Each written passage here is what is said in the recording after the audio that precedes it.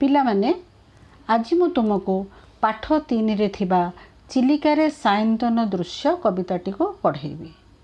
କବିତାଟିକୁ ପଢ଼େଇବା ପୂର୍ବରୁ ପ୍ରଥମେ କବି ରାଧାନାଥ ରାୟଙ୍କ ଉପରେ ଆଲୋଚନା କରିବା ଏବଂ ତାଙ୍କ ସମ୍ପର୍କରେ କିଛି ଜାଣିବା। କବିବର ରାଧାନାଥ ରାୟ 1848 ମସିହା ସେପ୍ଟେମ୍ବର ମାସ 29 ତାରିଖ ଦିନ ବାଲେଶ୍ୱର ଜିଲ୍ଲାର କେଦାରପୁର ଗ୍ରାମରେ ଜନ୍ମଗ୍ରହଣ କରିଥିଲେ।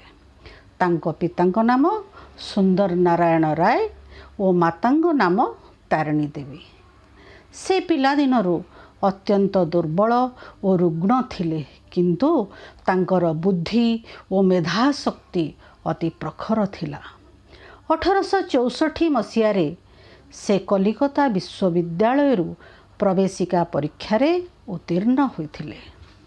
1902 ମସିହାରେ ସେ ଓଡ଼ିଶାର ଶିକ୍ଷା ବିଭାଗର ସର୍ବୋଚ୍ଚ ପରିଦର୍ଶକ ଭାବରେ ନିଯୁକ୍ତି ପାଇଥିଲେ।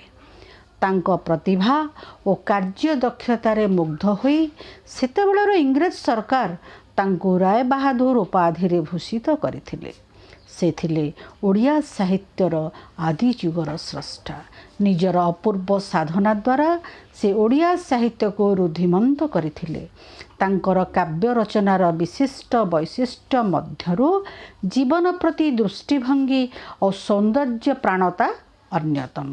ତାଙ୍କର ମୁଖ୍ୟ କୃତି ମଧ୍ୟରେ କେଦାରଗୌରୀ, ଚନ୍ଦ୍ରଭାଗା, ନନ୍ଦିକେଶରୀ, ଉଷା, ପାର୍ବତୀ, ଚିଲିକା, ମହାଯାତ୍ରା, ଯଯାତି କେଶରୀ, ଦରବାର ଏହିପରି ଅନେକ କାବ୍ୟ କବିତା ରଚନା କରି ସେ କାଳଜୟୀ ହୋଇଥିଲେ।